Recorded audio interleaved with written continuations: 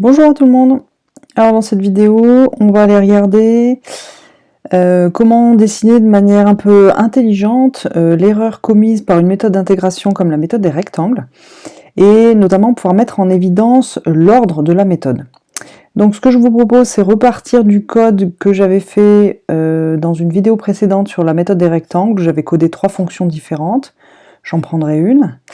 Et puis voilà, je vais partir de ça. Je peux réduire ce truc? Non, je peux pas le pousser non plus, je peux rien faire. Si, voilà.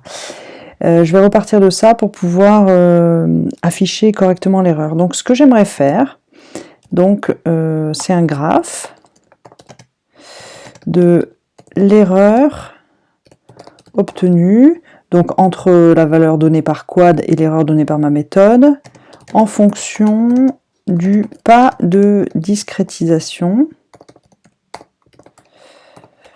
Autrement dit, erreur fonction de h, le pas de discrétisation.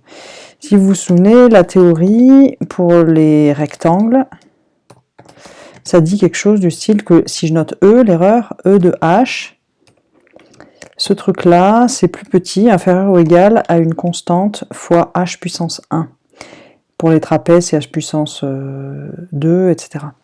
Et donc, si on a une erreur plus petite que h, si on fait justement le graphe, eh ben, on va pouvoir voir exactement ce truc-là. En gros, elle est même pas, elle est de l'ordre de c fois h en fait. Et voilà, qu'est-ce qu'on va faire? On va faire un graphe en log-log pour voir la pente. Alors, qu'est-ce que ça donne en log? Donc, si on fait ln de l'erreur, ça donnera à peu près, je vais faire à peu près, donc une constante plus ln de h. Et du coup, ça nous dit que si on fait un dessin en log, ce qu'on va voir ici, ça va être une droite de pente 1. Autrement dit, le log de l'erreur, si vous voulez, si j'appelle y égale le log de l'erreur, ça donnera y égale k plus, et si j'appelle x le log du pas, ça donnera y égale k plus x. Autrement dit, ça c'est une droite de pente 1. Alors pourquoi c'est intéressant? Parce que si l'erreur, elle est E de h, comme pour les trapèzes par exemple, l'erreur, elle est à peu près une autre constante, mais fois h carré. Quand on passe au log, ça donnera une droite y égale une autre constante k plus 2 fois x. Ok, donc ça fait du coup cette fois une droite de pente 2. Du coup ça se voit très bien sur les graphiques, on voit en fonction de la pente, si vous voulez, en fait, du coup, la pente, ça nous donne presque l'ordre, parce que l'ordre, on sait que c'est un cran de moins que l'erreur, hein. Donc ça nous donne l'ordre plus 1. Ok, donc pente 1, ça correspond à ordre 0. Et pente 2, ça correspond à ordre 1. Donc là, CF un peu la théorie, mais voilà, c'est ça l'idée de faire le graphe. Alors, donc c'est parti. Comment est-ce que je vais faire ça? Ben, moi, je vais décider que je vais faire un dessin pour... je vais calculer 6 pas de discrétisation différents, genre 10 puissance 0, 1, 2, 3, 4, 5, 6, ou quelque chose comme ça. Donc, je vais dire kmax égale 6. Ça sera la taille de mon vecteur des abscisses où je mettrai les différents pas, et la taille de mon vecteur des ordonnées où je mettrai les erreurs. Donc mon vecteur je vais l'appeler vpas, le vecteur des pas. Je vais l'initialiser en disant que c'est un vecteur plein de 0 et de taille kmax. Et le vecteur de l'erreur pour les rectangles, je vais l'appeler, pareil, je vais l'initialiser, un vecteur nul de taille kmax. Donc ça, c'est juste les initialisations, et maintenant, je vais calculer l'erreur pour chaque pas. Alors, comment je vais faire ça? Eh bien, je vais faire une boucle pour k dans np.arrange de kmax. Alors, donc ça, np.arrange de kmax, ça fait quelque chose qui va entre 0 et kmax moins 1. Donc, je vais dire n égale 10 puissance, je vais mettre kmax plus 1.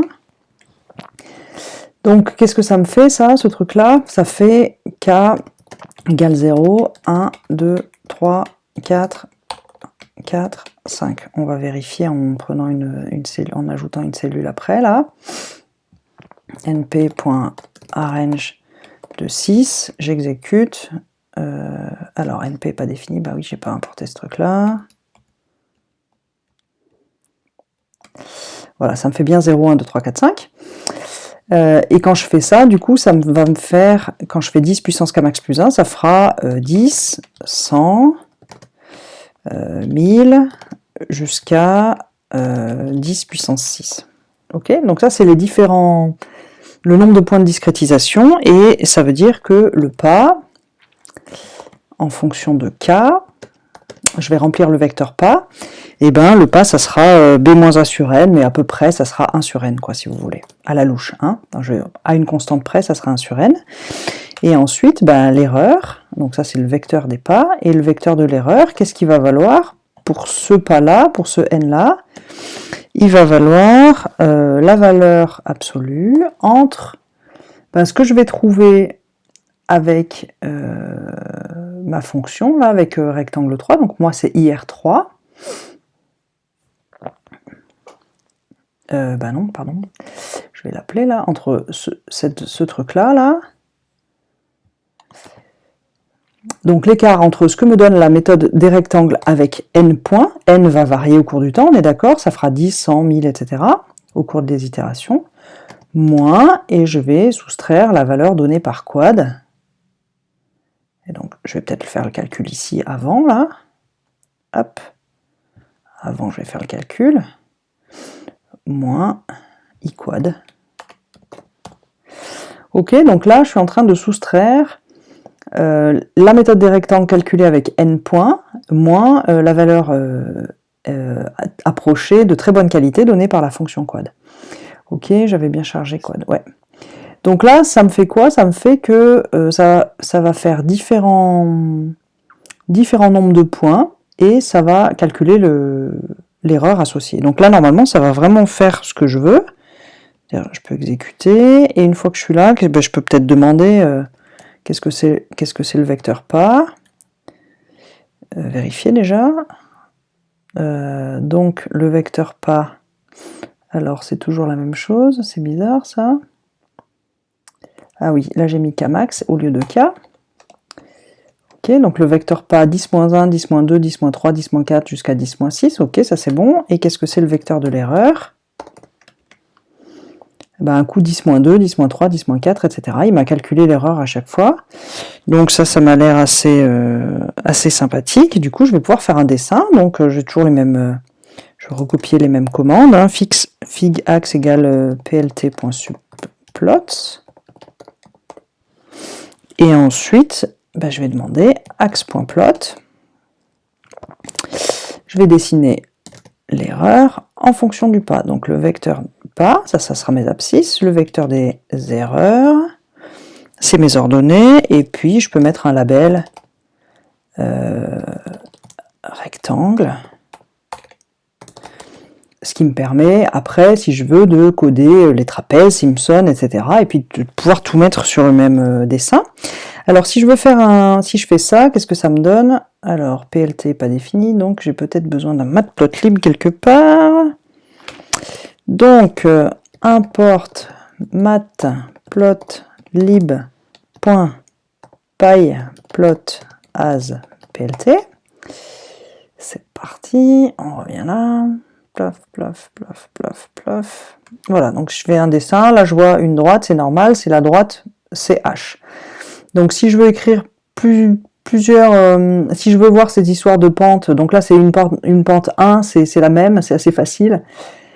Mais si je veux comparer avec les trapèzes ou quoi, j'ai intérêt à passer en log-log, ça fera encore une pente 1, mais ça sera au moins un log, parce que là en fait vous voyez essentiellement, là c'est le premier point qui est là, et tous les autres ils sont collés là, si on faisait dessiner les points, parce qu'en fait,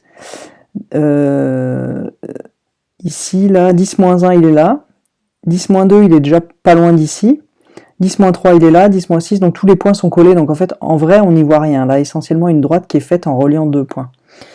Donc ce que je vous propose ici, c'est qu'en log-log, on va vraiment voir Là, il faudrait que je puisse mettre les... Je sais pas comment je fais. Je vais essayer de mettre un truc. Si je mets R, ça fait quoi?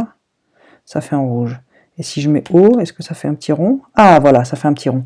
Donc, vous voyez les petits ronds que ça fait? Donc, ça, c'est le premier point, le deuxième point, et les autres, ils sont tous collés, en fait. Donc, on voit pas très bien. Donc, ce que je vous propose, c'est de passer en log-log. Donc, pour passer en diagramme log-log, qu'est-ce qu'on fait? On va taper plt.yscale, donc l'échelle en Y, et là, je vais dire log. Puis ensuite, je vais faire la même chose pour l'échelle en X.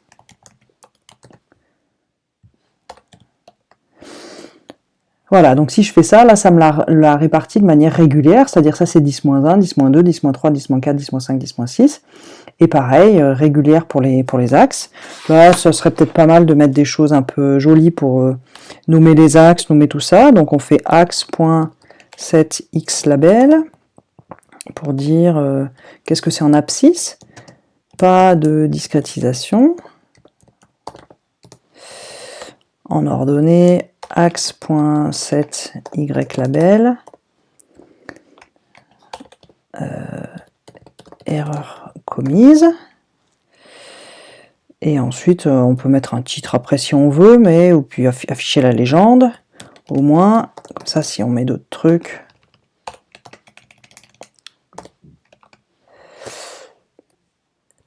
Voilà, donc là ça fait un truc un peu plus propre, le pas de décrétisation, l'erreur, et voilà. Voilà pour les rectangles, donc je vous invite à coder aussi les trapèzes, Simpson, etc. Puis à dessiner ça sur le même graphe et voir que là on a une droite de pente 1, et puis si vous dessinez pour les trapèzes, vous aurez une pente 2, pour Simpson une pente 4, etc. Et donc ça vous donne un truc assez visuel pour pouvoir trouver l'ordre d'une méthode. D'ailleurs, si vous avez une méthode dont vous ne connaissez pas l'ordre, vous tracez ce genre de graphe, vous calculez la pente, et la pente vous donnera l'ordre plus 1. Ça vous permettra d'en déduire l'ordre. Voilà, j'espère que c'était assez clair, et puis je vous souhaite un bon travail.